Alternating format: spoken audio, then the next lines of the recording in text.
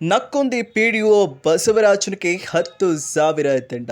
ಮಾಹಿತಿ ಹಕ್ಕು ಆಯುಕ್ತ ರವೀಂದ್ರ ಗುರುನಾಥ್ ದಾಕಪ್ಪರಿಂದ ನಕ್ಕೊಂದಿ ಗ್ರಾಮ ಪಂಚಾಯಿತಿಗೆ ಭೇಟಿ. ಮಾಹಿತಿ ನೀಡಿದ ಹಿನ್ನೆಲೆಯಲ್ಲಿ ದಂಡ ವಿಧಿಸಿದ ಕಲಬುರಗಿ ಪೀಠದ ಮಾಹಿತಿ ಆಯುಕ್ತರು.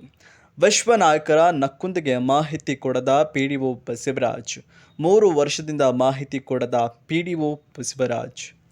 ಹೌದು, ಮಾಹಿತಿ ಹಕ್ಕು ಅರ್ಜಿಯ ಪ್ರಕಾರ ಕಾನೂನುಬದ್ಧವಾಗಿ ಮಾಹಿತಿ ಕೊಡಬೇಕು. ಆದರೆ ರಾಯಚೂರು ಜಿಲ್ಲೆಯ ಮಾನ್ವಿ ತಾಲೂಕಿನ ನಕ್ಕುಂದಿ ಗ್ರಾಮ ಪಂಚಾಯಿತಿಯ ಪಿಡಿಒ ಬಸವರಾಜ್ ಸಾಹೇಬ್ರು ಕಾನೂನು ಉಲ್ಲಂಘಿಸಿದ ಹಿನ್ನೆಲೆಯಲ್ಲಿ ಕಲಬುರಗಿ ಪೀಠದ ಮಾಹಿತಿ ಹಕ್ಕು ಆಯುಕ್ತ ರವೀಂದ್ರ ಗುರುನಾಥ್ ದಾಕಪ್ಪ ಪಂಚಾಯಿತಿಗೆ ಭೇಟಿ ನೀಡಿ 10,000 ದಂಡ ವಿಧಿಸಿದ್ದಾರೆ.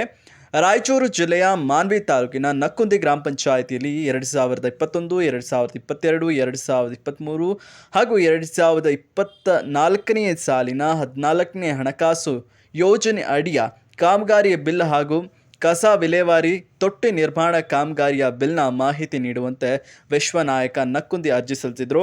ಮಾಹಿತಿ ಹಕ್ಕು ನಕ್ಕುಂದಿ ಗ್ರಾಮ ಪಂಚಾಯಿತಿ ಪಿಡಿಒ ಬಸವರಾಜ್ 3 ವರ್ಷದಿಂದ ಮಾಹಿತಿ ನೀಡದ ಹಿನ್ನೆಲೆಯಲ್ಲಿ ಹಾಗೂ ಮಾಹಿತಿ ಹಕ್ಕು ಆಯುಕ್ತರಿಗೆ ಮಾಹಿತಿ ನೀಡದೆ ಕಾನೂನು ಉಲ್ಲಂಘಿಸಿದ ಹಿನ್ನೆಲೆಯಲ್ಲಿ ಮಾಹಿತಿ ಆಯುಕ್ತರು ಭೇಟಿ ನೀಡಿ ಪಿಡಿಒ ಬಸವರಾಜ್ ಸಾಹೇಬರಿಗೆ 10,000 ದಂಡ ವಿಧಿಸಿ ಚಳಿ ಬಿಡಿಸಿದ್ದಾರೆ.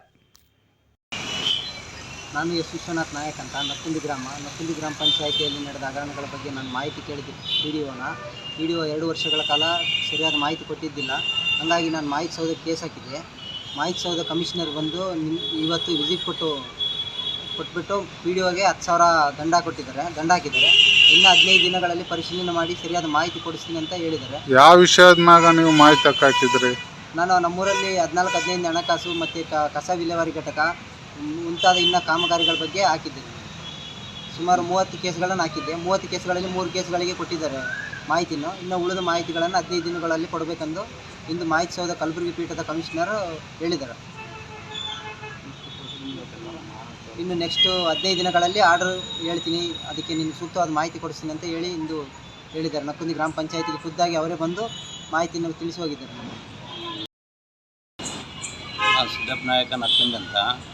ನಮ್ಮ ಹುಡುಗ 2021ರಲ್ಲಿ ಕೇಸ್ ಹಾಕಿದ್ರು. 23ನೇ 24ನೇ ಇದರಲ್ಲಿ 14-15 ಹಣಕಾಸಿಂದು ಮತ್ತು ಕಸ ಇಳುವರಿ ತೊಟ್ಟೆದು ಹಗರಣ ಆಗಿತ್ತು. ಅವೆಲ್ಲ ಬೇಡವಾದ ಜಾಗದಲ್ಲಿ ಕಟ್ಟಿದ್ರು. ಅವ್ರು ನಾನು ಮಾಹಿತಿ ಸೌಧತಾನೆ ಹೋಗಿದ್ದೆ. ಇವರು ಮಾಹಿತಿ ಕೊಡಲಿಲ್ಲ. ನಾವು ಮಾಹಿತಿ ಕೇಳಿದ್ರೆ ಹಂಗಾಗಿ ನಾವು ಮಾಹಿತಿ ಸೌಧಕ್ಕೆ ಹೋದ್ವಿ ಬೆಂಗಳೂರಿಗೆ ಹೋದ್ಮೇಲೆ ಕಲಬುರಗಿ ಪೀಠ ಬದಲಾಯಿತು.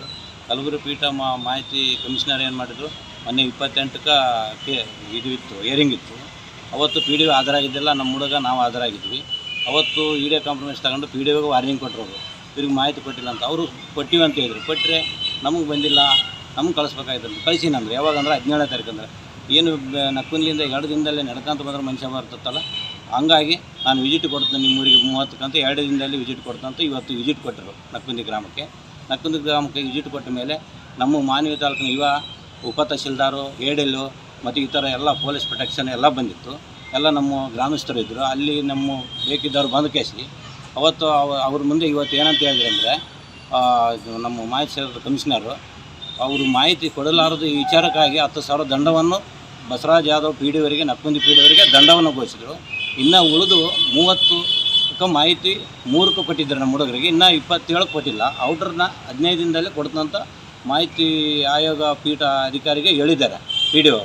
ಅದನ್ನು ಕೊಟ್ಟಿಲ್ಲ ಅಂದರೆ ಅವರು ವಾರ್ನಿಂಗ್ ಕೊಟ್ಟಿದ್ದಾರೆ. ಏನಂತ, ಇದನ್ನು 15 ದಿನದಾಗ ಕೊಟ್ಟಿಲ್ಲ ಅಂದರೆ ಸುತ್ತವಾದಕ್ಕೆ ಇದಕ್ಕೆ ಏನಾಯ್ತು ಪರ್ಸೆಂಟ್ ಹಾಕ್ತೀನಿ, ಇದನ್ನು ದಂಡ ಮಾಡ್ತೀನಿ ಅಂತ ಭರವಸೆ ನಮಗೆ ಕೊಟ್ಟಿದ್ದಾರೆ.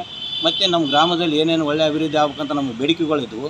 ಒಂದು ಕರಿಗುಡ್ಡ ಗ್ರಾಮ, ನಕ್ಕುಂದಿ ಗ್ರಾಮ ಒಂದೇ ಪಂಚಾಯತಿ. ಅಲ್ಲಿ ಒಂದು ಒಳ್ಳೆಯ ದೇವಸ್ಥಾನ ಇದೆ, ಮಾಂತೇಶ್ವರ ಮಠ, ಅಮ್ಮಮ್ಮ ಮಠ ಅಂತ. ಅದಕ್ಕೆ ಸುಮಾರು ಜನ ನಮ್ಮವರು ನೈಟ್ ಎಲ್ಲ ತಿರುಗಾಡ್ತಾರೆ ನಕ್ಕುಂದಿಯವರು 11 ಗಂಟೆವರೆಗೆ ಆ ದಸರಾ ಟೈಮ್ನಲ್ಲಿ.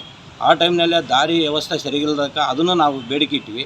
ಮತ್ತು ಕಸ ತೊಟ್ಟಿ ಇಳುವರಿಯನ್ನು ಅದನ್ನು ನಮ್ಮ ಊರು ಪಕ್ಕದಲ್ಲೇ ಮಾಡ್ಬೇಕಂತ ಇಟ್ಟಿವಿ. 1.5 ಕಿಲೋಮೀಟ್ರ್ ದೂರ ಐತೆ, ಹಳ್ಳ ಐತೆ, ಅದಕ್ಕೆ ದೊಡ್ಡ ಹಳ್ಳ ಐತೆ. ಅದು ಇತಿಹಾಸದಾಗೆ ಬ್ರಿಡ್ಜ್ ಆಗಲ್ಲ ಅರ್ಧ ಐತೆ.